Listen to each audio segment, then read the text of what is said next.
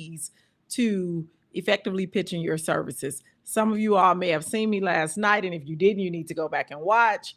I was on Funky Dineva live on YouTube, and I was there to pitch my services. And so I'm going to go over, some of the strategies for effective pitching, as well as, like what the process was like. And as I'm going over this, I'll also share that I have a contract that's ending. It's been a multi-year contract.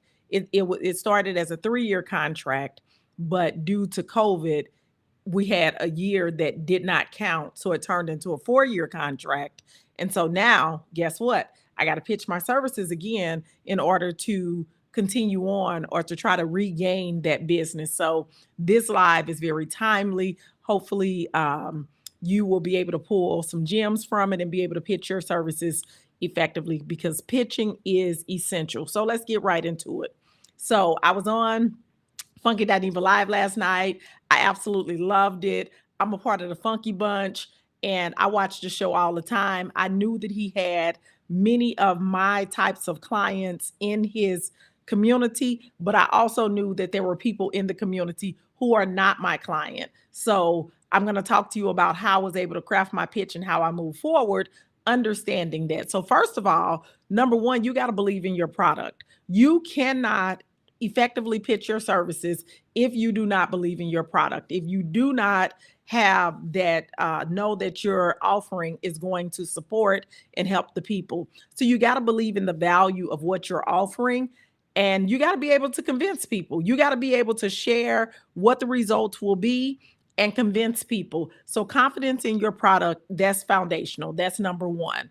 Number two, you yourself have to exude confidence. Like, you have to go up there and your confidence needs to be contagious.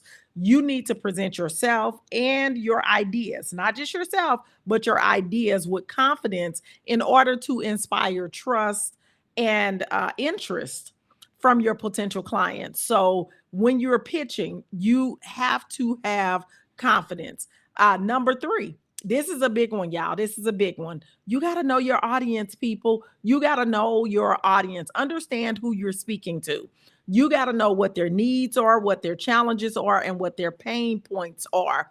And so you can tailor your pitch to address those directly to make your presentation more relevant. So like last night when I was on Funky Dineva, I knew that a portion of the audience this will resonate with, but I also knew that there was a small portion that it would not resonate with because of the type of audience that he has, but the good outweighed the bad. So you cannot not do something scared that it's not going to be for everybody. You're not for everybody. You are not for everybody. When you do your pitch, your client will raise their hand and they will say, oh, that's me. And like last night when I did my pitch, my people raised their hand and they went right on over there to that cart and started enrolling in that proposal challenge. They started sending me emails. They started getting onto my website. I had more website traffic last night than I've had probably in the last 6 months. But that's because I knew my audience. I knew who I was talking to. And so the next one is you have to do selective targeting. So you got to realize that not everybody's going to be your client, but you focus your energy on the audience or the people that align with you. So you block out the ones who are not your audience. That's called selective targeting. You got to think about, who is my audience? Who am I talking to? Who is this message going to resonate with? And speak to those people. Don't even focus on the other stuff. It's to take you off your game. Don't let people take you off your game. Number 5, you got to articulate clearly. You got to be concise and direct. In my situation, I had 15 minutes and I paid for all 15 of those minutes. And I worked to make sure that I got all 15 of my minutes to get out what it was I needed to say, to hit the pain points, to let them know why they needed it, to help them to see what they were going to leave with. And so I made sure that they understood the benefits of the services, and I highlighted my offering, which was the proposal challenge and the specific problem it will solve. So you definitely want to make sure that you are addressing the specific problem that it will solve. Now, of course, we know on the interview that I was on last night, the Funky Bunch, he is the star of the show. These are, like little segments that he puts in. So in reality, like if we can be real, they don't want to hear this. Like they want to continue talking about pop culture. They want to continue talking about, things that are happening on in celebrity news. And I love it too, because I'm a member too. And so I get it. Like sometimes when the people are coming on, I'm like, oh, what's she selling? What she got? And so you got to make sure that you're not letting, small stuff throw you off. So make sure you're doing that. Okay, so then next you want to use your time wisely, respect the time, do not go over. Do not go over, and make sure that your pitch is impactful.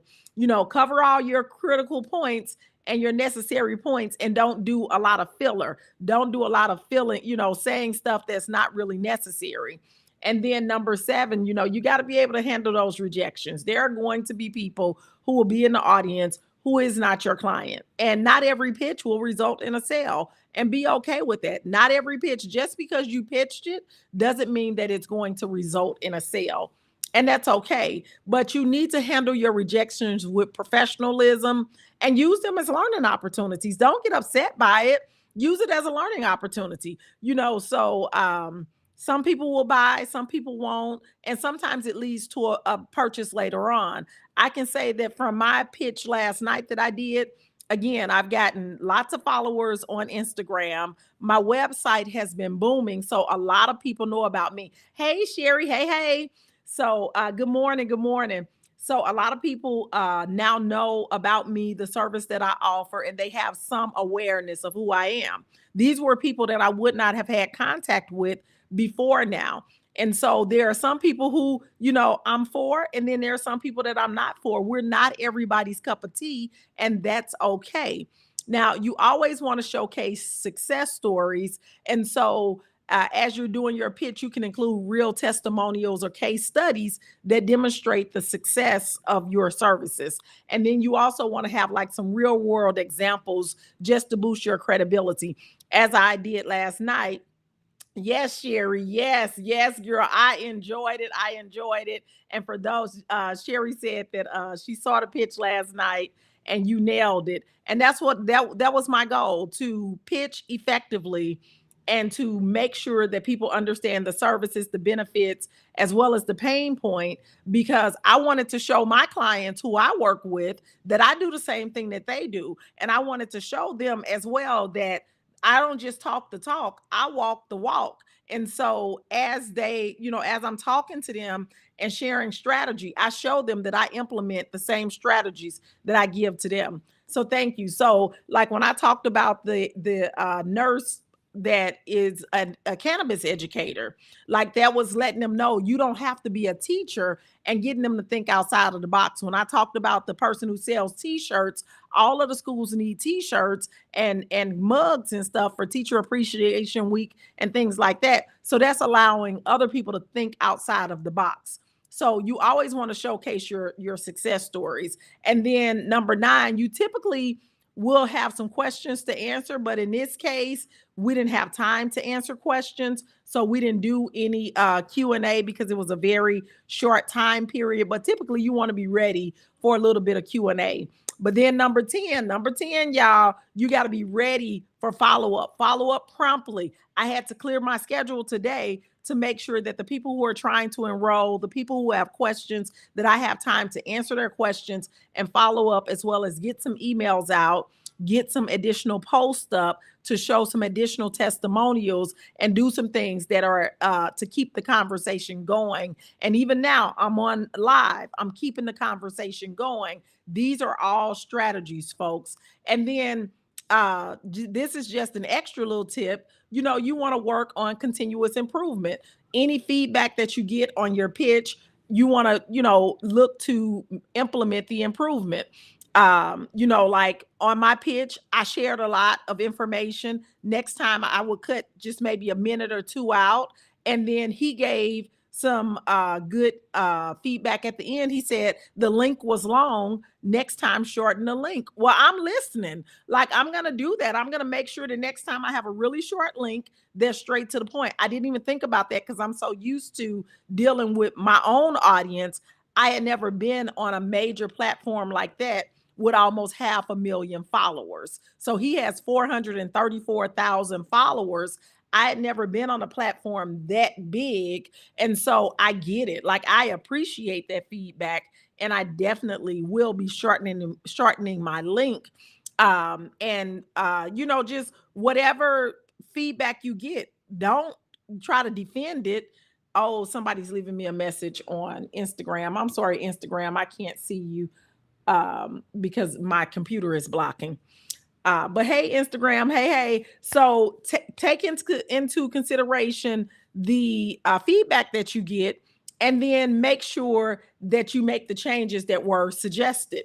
And so I got great feedback from everyone who watched, as well as the PR person who watched. The publicist, his own publicist, she said, you nailed it. You got up there, you shared your services, you told them how they benefit from it. She was like, you nailed it. And all of the people said, you nailed it. And so and then you want to practice regularly. You want to refine your pitching skills. You got to be able to say it confidently. You got to know what results you get, and you can't let the audience scare you. Does that mean that you're not going to be nervous? That's not what I said. That's not what I said. You might still be nervous, but when you know your stuff, you can still move forward. You don't have to make anything up. And then don't be so in your feelings. Like, know your audience. I know that the Funky Bunch, like, that's what we are known for. It's kind of like this jaded sense of humor that is kind of like a Joan, because back in the day, the people of my age group, we joned. If you don't know what joning is, I don't know what to tell you, but we joned. And so it's supposed to be kind of jabbing at people, making fun of people, so if you know that, you already know that's going to happen in the comments. Like, that's what the Funky Bunch is known for. So you can't get offended. You can't get mad. Your job is to focus on the people who want the services and to move forward and not be in your feelings. And so if you think about this framework as you are pitching your services, you won't have a problem. Even at Iman Live, we have someone who is coming to teach us how to pitch services, because we are afraid of what people are going to say. We're afraid of what is going to be said, and how you shouldn't be worried about that. The only people who are saying something that is negative, those are not your clients, and them the broke people. Like, in reality, they're saying something because what it is that you're doing, it rubs them the wrong way. And then that's something that they need to deal with. That's not something that you need to deal with. You should be okay with that. If you're for everybody, you're for nobody. So if your product or service is for everybody, it's for nobody. My product and service is only for highly gifted, highly talented educators who want to make more impact or income, or professionals who have a great product that they want to sell to the school system or community-based organizations. I show you how to write an effective proposal that will get you through the door. It's going to help you to stand out. It's going to allow you to make a connection. And then I show you how to market your services. It's a lot of people who don't know how to do this, and they think that they do. And so I help you to be able to do it in the school space, which is very different from the corporate space. Sherry says, it was my first time hearing of that platform. You exposed me to a different audience for me. Yes, that's awesome. So Sherry, like, when you watch his show, he's a very highly intellectual commentary. He gives highly intellectual commentary. But he's also funny and silly. And so it's real world. I watch every night. And if I don't watch it, I watch it in the replays. And so that's why I knew that would be a great place to do my pitch on. But also, I had to pay for that. Let's be clear. That was not free. And so when you're paying for something, you need to make sure you get all of your money's worth. That's why I always say, I have no problem betting on me. Do you have a problem betting on you? So when I enroll in a course, I'm not concerned that I'm not going to get my money's worth because I know I'm going to get my money's worth. If I go and pay to be in a mastermind, I'm not concerned about is this going to be worth it because I'm going to make it worth it. When I paid that money to be on that Funky Dineva Live to pitch my services, I already knew I'm going to make my money back because I'm going to get on there and I'm going to pitch my services. And as long as I have people in the audience who are my ideal client, I will resonate with them because I'm going to make sure that I do. So that's how you pitch your services effectively. I wasn't trying to speak to the entire audience. There are 434 people. And by today, 100,000 people will have watched it. He gets 100,000 views on every episode. And so out of that 100,000, are all 100,000 educators? Absolutely not. But out of that 100,000, what if 10% of are educators? That's at least 1,000 educators. What if 1% are educators? That's still 100 educators that I had no access to. I didn't know, they didn't know about me or any of that. So that's the benefit of it. So you should never have a problem betting on you, but you got to know how to pitch your services. You got to know how to effectively engage the audience and show up in a way that the audience can definitely relate to you. And so, hey, Care Cozy, hey.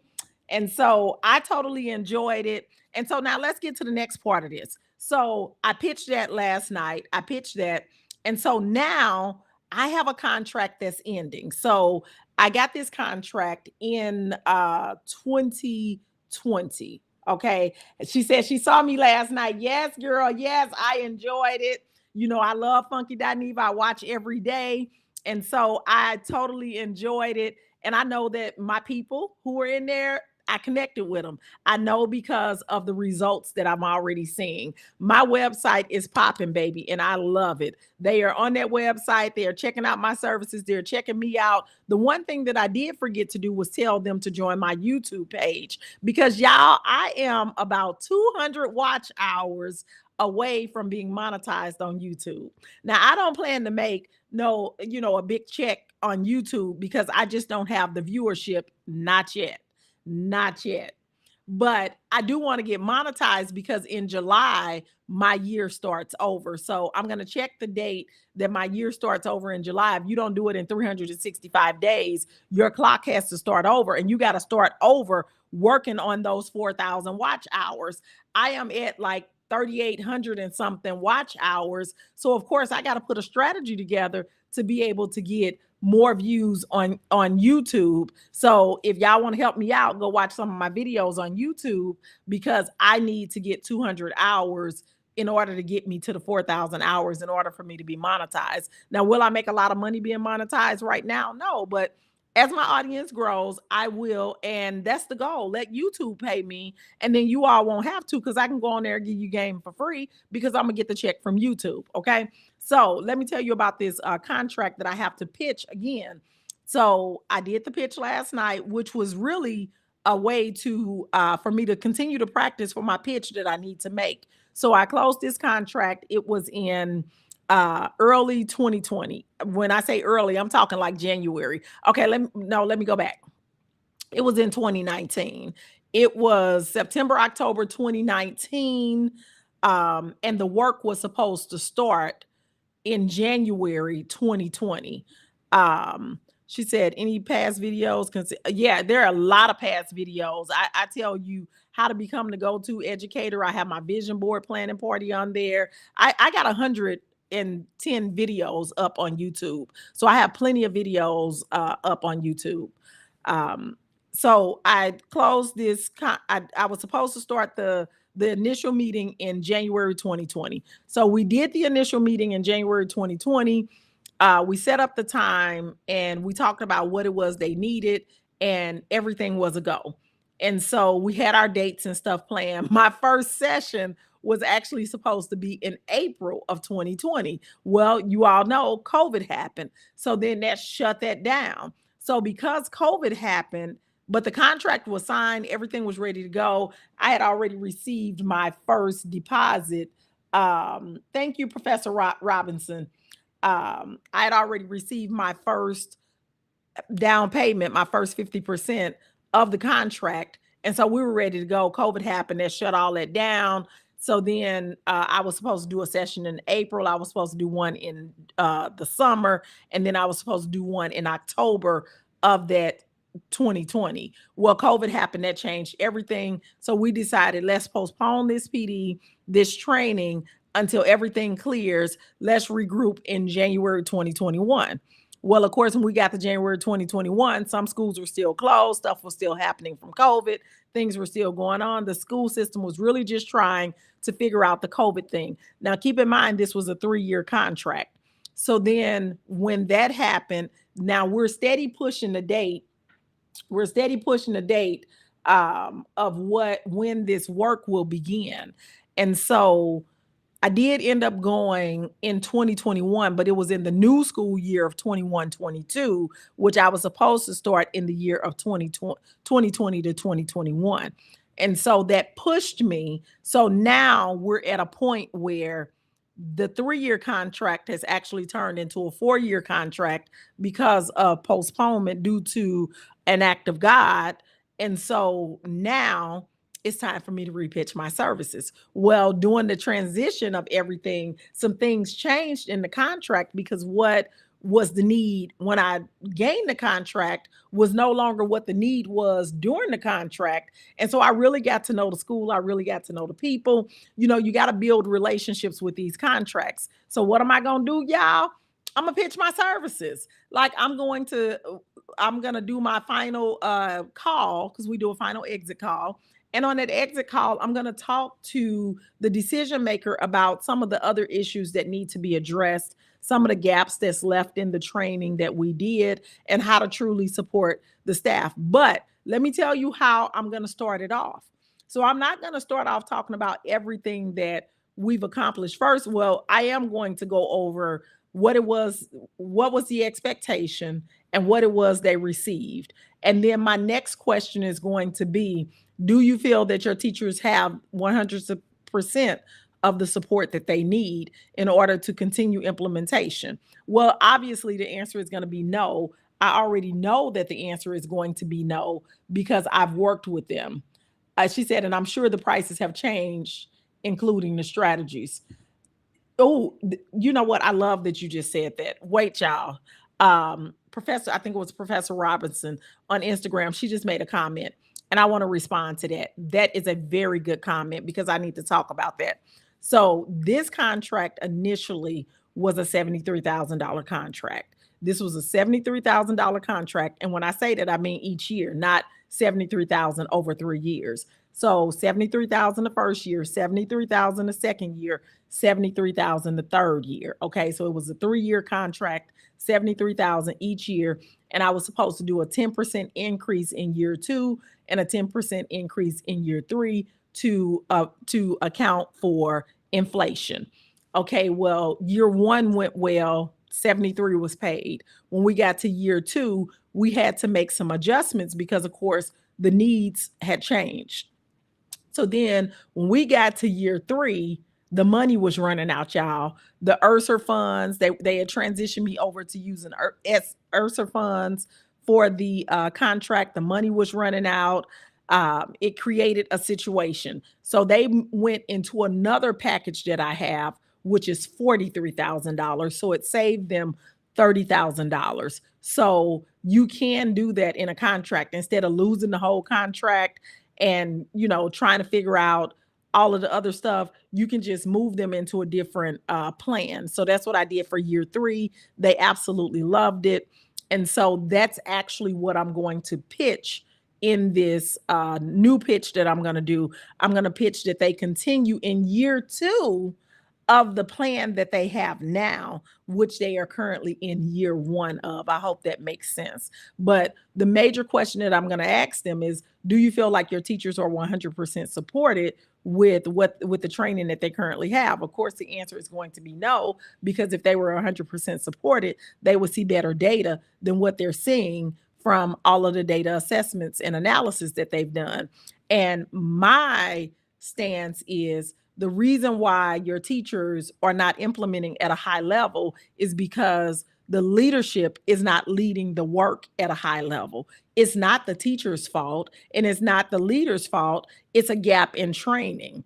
And so I'm proposing that I come in and I train the leaders on how to implement at a high level. There are certain strategies that you need to do. We're going to talk about, like they do things like they don't show up at the meetings. They expect the teachers to do all of the work. They don't get feedback. They don't give feedback. They haven't done any instructional walkthroughs just to see what is happening in the classroom and how they can really support the teachers. Because one of the things that you cannot do, you cannot support teachers when kids are all over the classroom. Okay.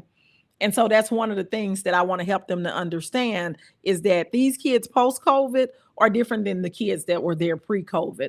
And so they are still, a little bit trying to operate like it's pre-COVID, and it's not. Also, they had a change in leadership. And so there's some gaps that need to be adjusted there as well. So I want to make sure that we plug those gaps. And then I'm going to pitch my services. Pitching your services is not talking about what the components are of your program. Pitching your services is talking about the results and the benefits that they're going to get. It's about being able to concisely tell them what it is they should expect and how it is they'll feel once they have implemented this training. And so that's what I'm going to do. Now, my goal or expectation is that I'm going to have this conversation and it's going to lead to at least another 1-year contract at $43,000. For those of you all who are new to consulting or who don't understand how we make our money, we try to get our contracts set up in advance so that we know exactly how much we're going to make all year long. Of course, we're coming into the 2024-2025 school year.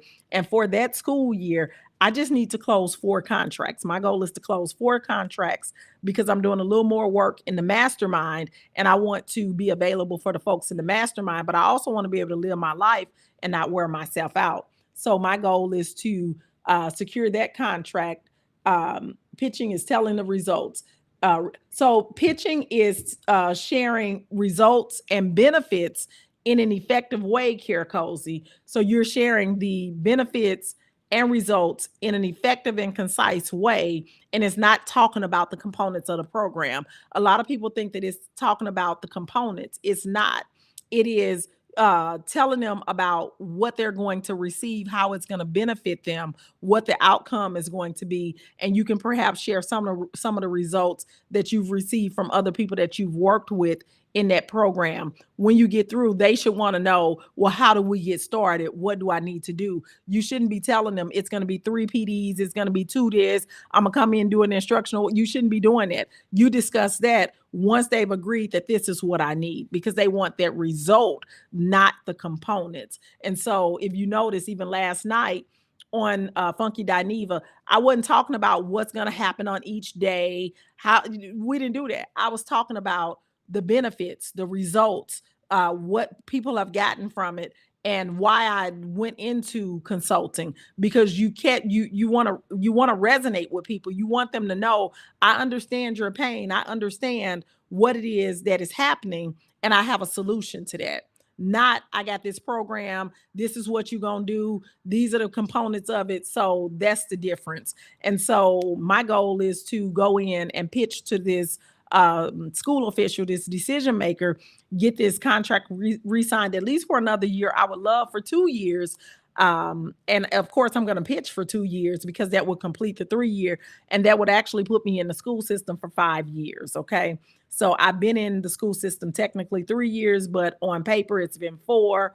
And so I want to pitch to get another 2 years, but I'm pretty sure we'll at least sign on for 1, and then we can come back and reassess. And so you all also have to understand that you got to keep up with this. Like, what if I didn't know that this contract was ending? You can't wait on the school system to send you something saying that your contract is ending, because y'all work in the school system, and a lot of y'all know how unorganized these school systems are. So don't act like they are on top of everything. They're going to send you everything that you need. That you're not a teacher in the school system. So you cannot continue to act like a teacher in the school system. You are a CEO, you are a business owner, and you have to present yourself as such. All right. So I hope this helps. I hope that this gives you some some insight on pitching your services, y'all don't be scared to pitch your services. These people have problems. They have a problem. They're looking for the solution. They just don't know where to find you. They don't even know you exist. So how are they supposed to come to use your services? You cannot be afraid to pitch your services, and you cannot be worried about what other people are going to say. Move forward. Know that what you have is good and that people are looking for it, and you will see your feedback will show you that people are looking for your services. They just didn't know where you were. And don't let people who are not doing as much as you are get into your head. The only people who are going to say something negative are those people who are not doing as much as you are. They're not living the type of life that you live, and they can't even comprehend what it is that you're doing or why you're doing it. So don't worry about trying to explain yourself. You shouldn't be feeling judged. You shouldn't be afraid to tell people that that's work that you need to do on yourself. If that's impacting or affecting you, you shouldn't be worried about what the comments are going to say. That's work that you need to do if those things are happening, because at the end of the day, God gave you a gift. God gave you a talent. You know what that talent is, and your goal is to share that talent and to support the people with the talent. But you should also be paid well to do that. People who do things well, they get paid well. So don't be afraid to take money for your services. Your services are valuable, and you should be paid for them. And don't ever let anybody tell you that you shouldn't. I'm going to repeat before I end this call: slavery is over. We do not work for free. And that's all I got to say. I'm going to talk to y'all later. I'll come back later and do another live if I have time.